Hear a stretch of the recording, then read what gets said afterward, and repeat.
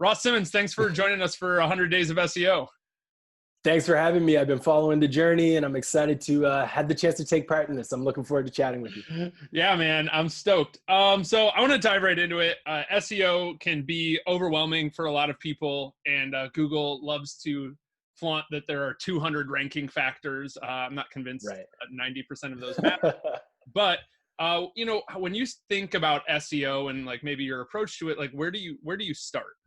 Yeah, the great question. So I think I always start with the fundamentals, and that's where I started my entire SEO journey. Like I started with a fantasy football blog when I was in university, and SEO came as a icing on the cake, so to speak. After that, my number one goal was to create great content that I thought people who were interested in winning their fantasy football leagues would be interested in.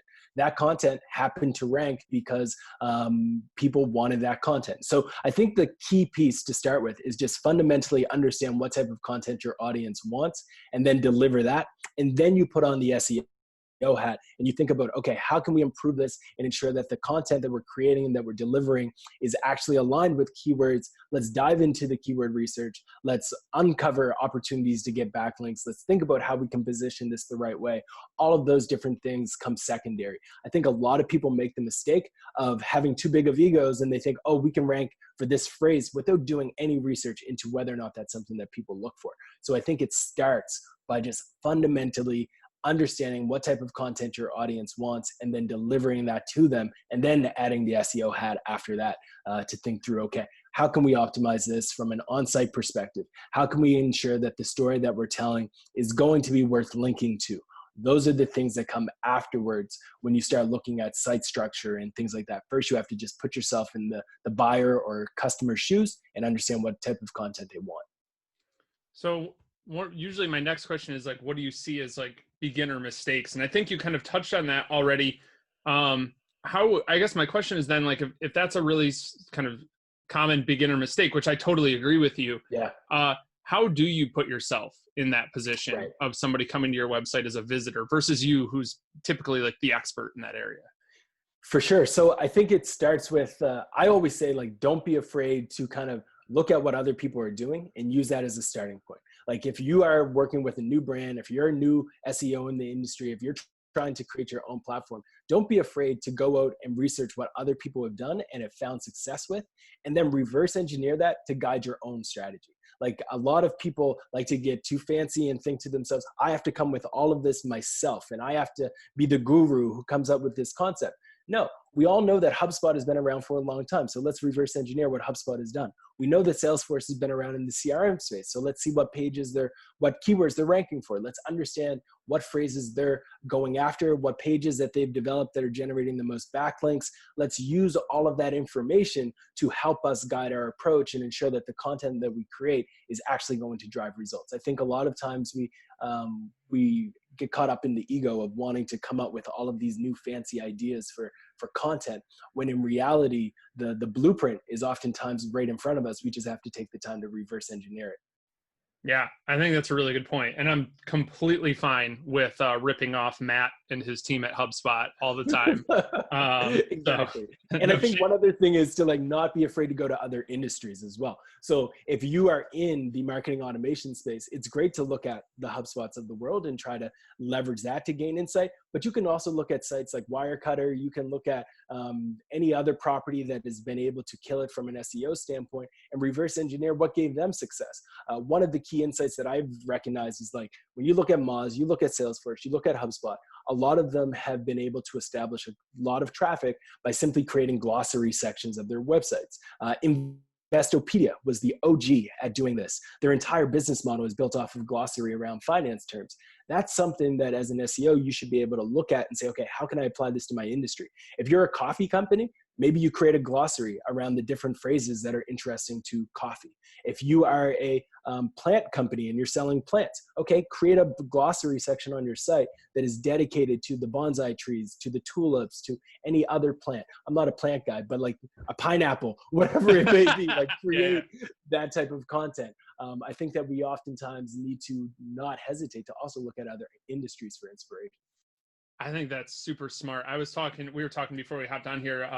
You mentioned John Henry Shirk, and Yeah, he's one of the things he and I talked about in his kind of chat for 100 Days of SEO was he's like every company should own the like what is true. section of their thing, and like that seems like what is a CRM, or like Right, if we like what is a bonsai tree, like what is right. bonsai, like if you have a company around that, like you should own that search term, like You should. just it's the highest, the toppest of funnels, but Yeah, it makes exactly. you like you're the thought leader that defines the whole category. Yeah, exactly. And then the greatest thing would be if you own what is a bonsai tree, then you have some pages that you would link to from that page that are about how to where to buy a bonsai tree.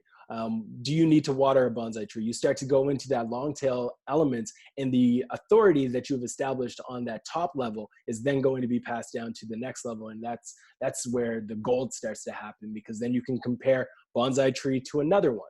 And that's further down the funnel where somebody's trying to decide, should I buy a bonsai tree or should I buy a pineapple tree? Again, I don't know trees, so I'm just using pineapple tree as an example. But like that's somebody who's in the consideration stage of their buying journey. So by having that content, you're able to then increase the likelihood of converting that person. You throw some remarketing ads on them as well, like it becomes a holistic cycle where it's not just the SEO side, but also you're able to influence paid and drive some results through that as well.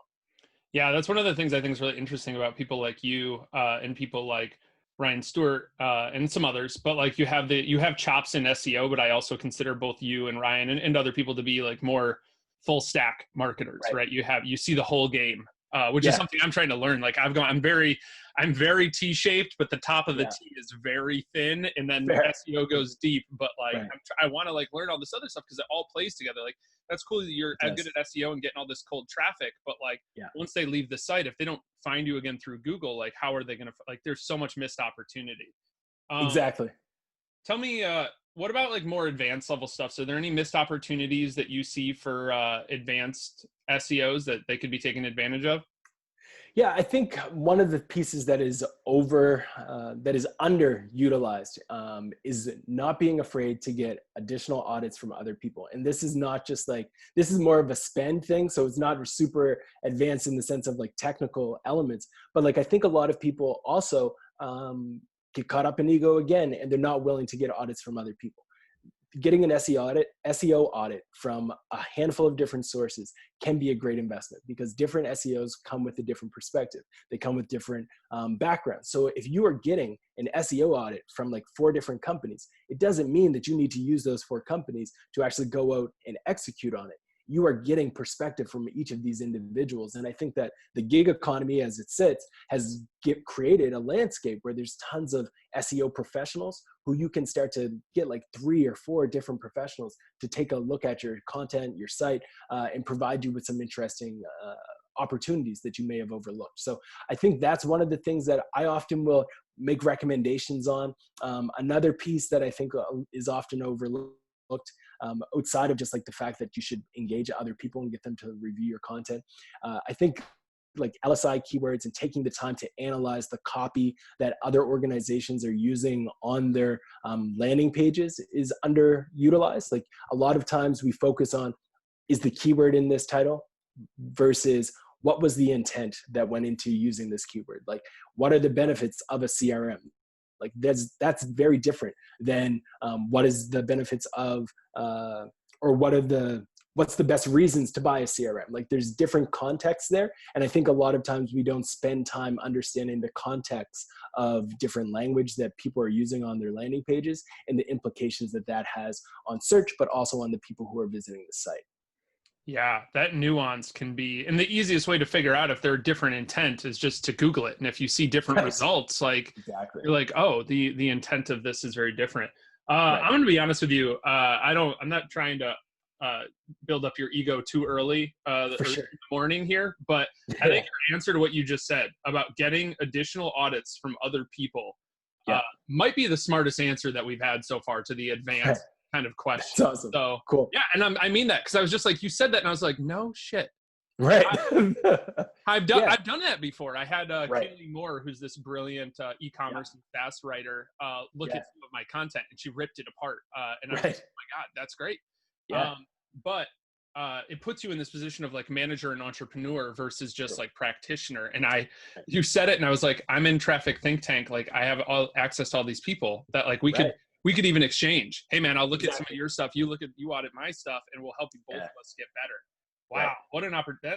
That is, it was good. Yeah, that's awesome. That's good to know. But yeah, I think it's often overlooked. Like a lot of us just get into our own heads that, oh, I need to be this great SEO, so I need to do my own SEO work. When in reality, like, don't be afraid to get other people to jump in and review your content. To give you take a look at, like, if somebody's really, really good at understanding IA, I have no issues outsourcing that to someone else to get them to review my site structure and ensure that it's being done correctly, because I don't have the ego to say I am the best at this. And I think that that's something that all of us need to embrace, recognizing that other people have great perspectives and you can use that to grow. That's awesome, man. I really appreciate it. Ross, thanks for coming on 100 Days of SEO. Thanks for having me. It's been a blast.